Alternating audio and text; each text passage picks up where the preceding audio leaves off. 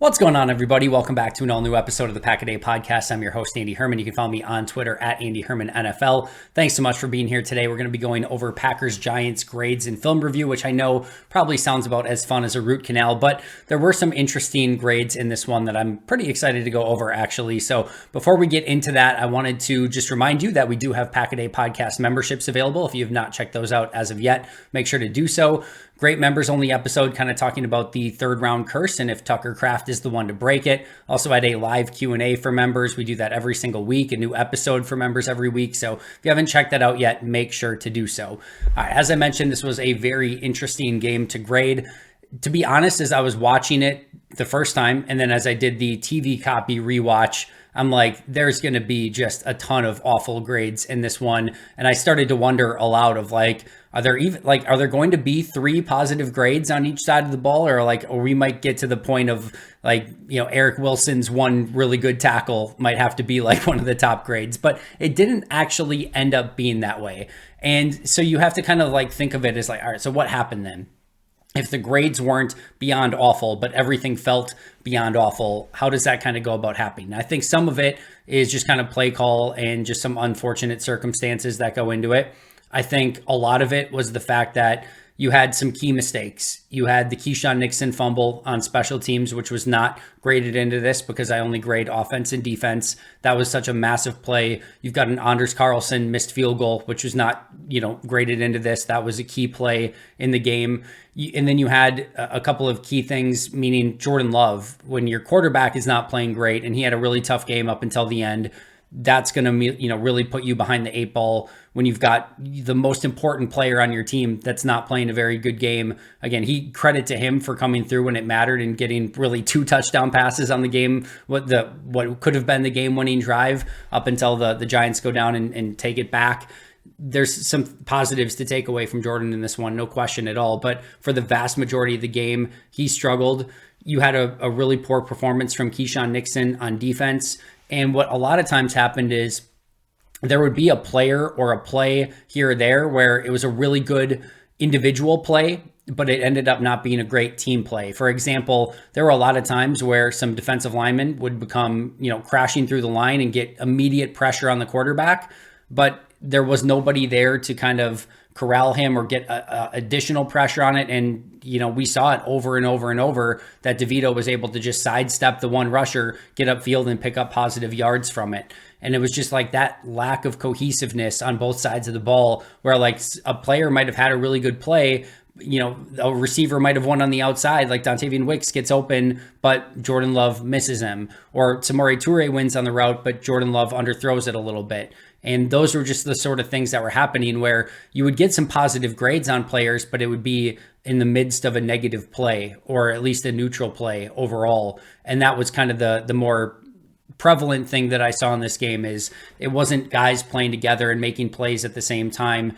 In even the plays that did happen, the Saquon Barkley fumble, for instance, was not a forced fumble by Green Bay. He just literally coughed it up. And again, this is a special teams play, so I wouldn't have graded it anyway, but the punt recovery, the fumble recovery, the muffed punt, that was not anything that Green Bay did right. It just went off a guy's helmet. Like, those are the sort of things that in this game, you just kind of ended up with a lot of grades, not a lot of good ones, not a lot of super bad ones, although there were a couple on both sides. Just a lot of average, below average, slightly below average grades in this one is what it kind of came down to. But that was kind of what was interesting. I thought the grades were ultimately going to be a lot worse. It didn't quite end up coming out that way. Just a bad game, though. Like, it doesn't take away from the fact that it was a bad game overall from this Packers team on offense, on defense, and special teams. What I want to be very clear about is I am not absolving anything in this game and being like, well, it was the grades were good. So actually the tape was still really bad. It was still not complimentary football. It was not good football. It was ugly. They just had some individual plays here and there that brought some of those grades up, which made the individual grades a little bit better. If you were grading this as just like an overall team grade, what you saw on the initial watch, and if you rewatch it, like, it is a bad game, no question about it. But let's get into our top 3 grades on offense first. Tucker Kraft plus 1.25. I've talked about Tucker a couple times this week. Once with Sam Monson, we talked about him a little bit, and then actually talked with him with Mike Wall a little bit about him as well, and then did the bonus episode for members about him as well. But this was a really fun game from Tucker Kraft. The 4 catches, 64 yards, the big catch up the seam, some run after the catch ability, the ability to chip and then get out and make a catch here and there. Like he was really good from a passing game standpoint, caught everything that was thrown his way. And then the other piece was he was really good as a blocker in this game. A couple of big time impact blocks and just consistency. This was the highest grade I've had on a tight end in a long time. This is the first time I've ever had a tight end that was my highest graded player in a game for Green Bay. Because usually what happens is a lot of times, sometimes these receiving tight ends, they have such bad blocking grades in the game, or vice versa. Mercedes Lewis has a great blocking game, but he doesn't do much as a pass catcher. Like you end up with a fine grade, but you don't end up with these really good grades because you have to really combine the two as a tight end to get that really good grade. And that was what was so special about Tucker Kraft in this game is he combined really good and consistent blocking in this game with 4 catches for 64 yards, some run after the catch, some playmaking. It was a really fun game. One of my favorite tight end games that I've watched in some time, just because he actually combined the two, and what's hopefully a sign of things to come for Tucker Kraft. I've talked about this week a couple times, but the vision is there for Kraft and Musgrave in a 2 tight end set and what they could bring to your offense and how it could be a challenge for opposing defenses to match up with those 2 players. Long way to go, job not done. Musgrave and Kraft both have to become more well-rounded players in every facet of their game, but you see the vision for it, and that's what's so exciting. And I thought Tucker Kraft really over the course of the past month has taken such a huge step. Matt LaFleur talked about he is probably the most, or at least is in the conversation for the most improved Packer through the course of the season. I totally agree with Matt LaFleur on that. He has taken tremendous strides, and I thought we saw a huge stride in this game against the New York Giants. Number 2, Jayden Reed plus 0.55. Now, from an efficiency standpoint, there were obviously some plays with Jayden that didn't go great. All the jet sweeps, reverses, the 2-point. There wasn't really much that Jayden did wrong on those. It just was not blocked up, or the Giants read it perfectly. So some of the efficiency numbers don't look great, but I still thought Jayden played well. The one egregious play, or not great play in this one for Jayden, was the play in the back of the end zone where he just doesn't locate the ball. If he does, I think it's probably a touchdown, and I know he felt awful after that play. You could tell he was not feeling it after that one, understandably so. But I thought overall he had a really nice performance in this game.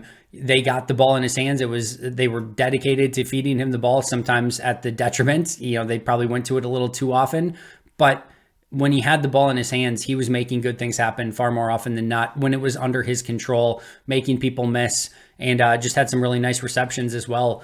I think when you put it all together, it still ends up being a really nice positive day, just with like the one play back in the back corner of the end zone. And then, no surprise here, number 3 on the list, Zach Tom plus 0.45 grade, Mr. Consistency. A couple plays, of course, you'd like to have back. That's going to be the normal day at the office for any offensive lineman, but solid, consistent, solid in run blocking, solid in pass protection, always gives Jordan Love time. And even when he gets beat, he's usually able to try to at least stall it off as long as possible. He's so fun to watch. He's a technician at his position. He's got great, overall movement skills. I don't know what more you want. He's a long-term starting right tackle for the Green Bay Packers moving forward. They found their guy. I still would be hesitant to move him around at all. I just love what he gives this team week in and week out, and he has faced some really tough challenges. This wasn't one of his tougher, challenges, but Thibodeau and Ojulari are no walk in the park either. He's had, he's gone against TJ Watt and Max Crosby and Danielle Hunter and just a murderer's row of edge players that he's had to face so far this year, and he just keeps answering the challenge. And for so many Packer players who maybe seem to take their foot off the gas a little bit this week and not play at their peak performance, I'm not saying Zach was at peak performance this week, but he still played his very consistent, well-rounded football game, and that's the sign of a real, maybe star is aggressive, but a really, really good player.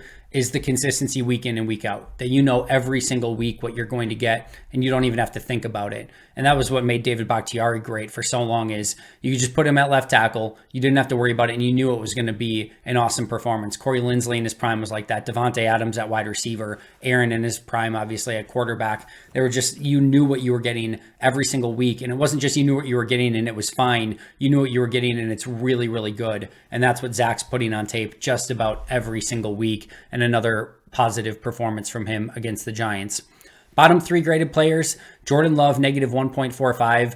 I said earlier in the week that I thought this was going to end up being his lowest graded game on the season and in his career. It was not. It was his second lowest graded game. I do think his ability to come back in this game at the end, throw basically back-to-back touchdown passes to Malik Heath was impressive. And like I've said all week long, a lot of quarterbacks in this league, you're not always going to have your A game.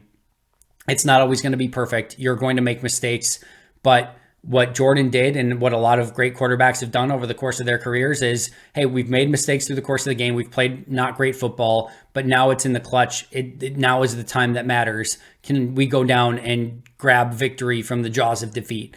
It didn't end up that way because the defense gave up the field goal at the end, and that does not absolve Jordan and the rest of the offense for the way that they played, because if they were able to do more early in the game, it doesn't come down to that defensive drive at the end of the game.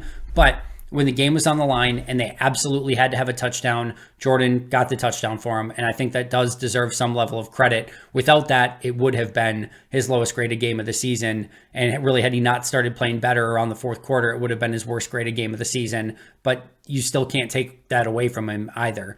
Early in the game, he had the interception, he had the fumble, he had another play that was going to be an interception, but it was tipped at the line of scrimmage. Another play to Dontavian Wicks where Wicks is open and he throws it right to the defender. And fortunately for Green Bay, the defender was able to drop it, and it ended up just being an incomplete pass. It was not an easy interception, but was one that was there for him.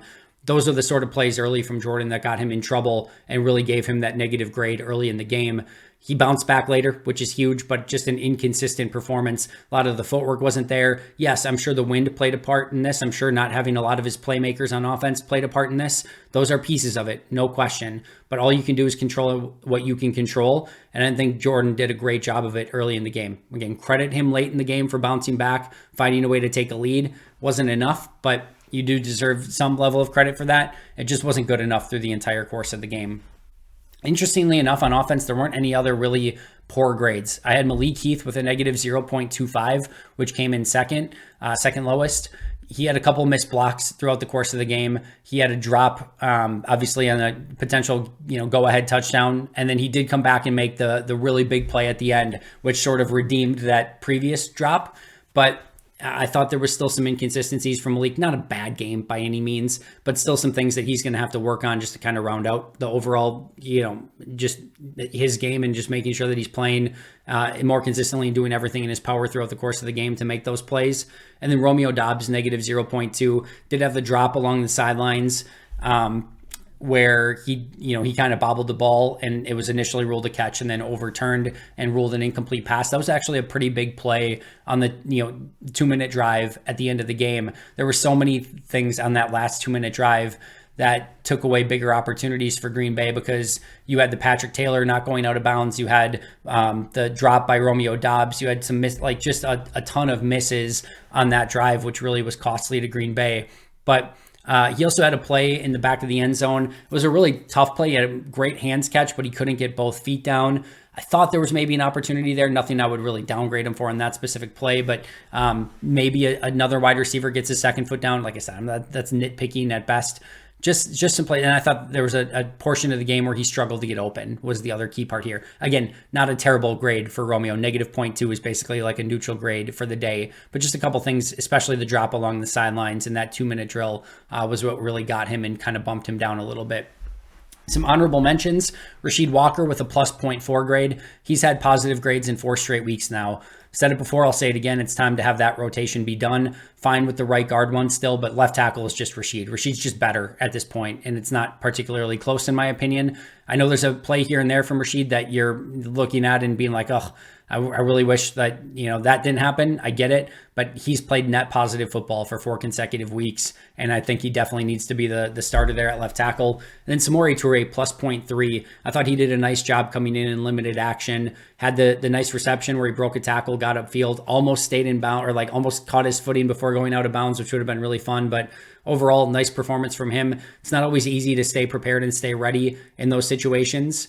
And he was ready. He played well, and they're going to probably need him in some capacity this week against Tampa as well. My top 3 defensive players, all defensive linemen. Kenny Clark plus 0.7, Devontae Wyatt plus 0.45, and TJ Slayton plus 0.3.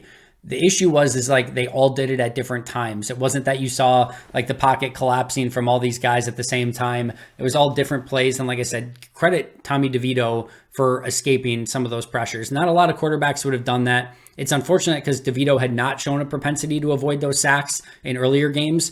Clearly, it was something he worked on in the bye week, or at least was extremely cognizant of, is trying to escape those sacks.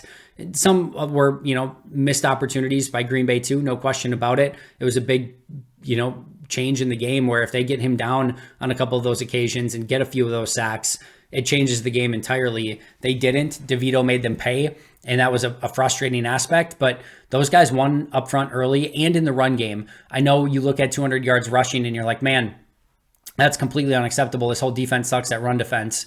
I actually thought the defensive line on the interior did a really nice job in run defense. It wasn't until late in the game where Saquon broke off a couple big runs that really got him going. They held him down the vast majority of the game. The end arounds were not on the interior defensive line, nor more often than not were the DeVito runs, which were usually like read options or escapes to the outside.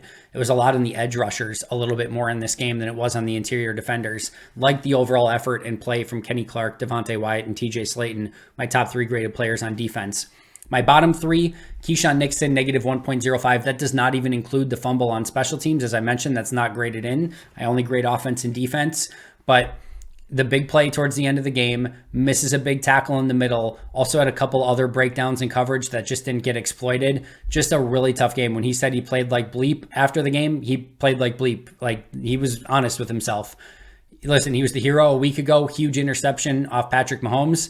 He was the zero this week in how he performed. That's going to happen, and hopefully he bounces back. As I mentioned earlier this week, he was my lowest graded Packer on defense, even after the big game against KC. He was still my lowest graded defender.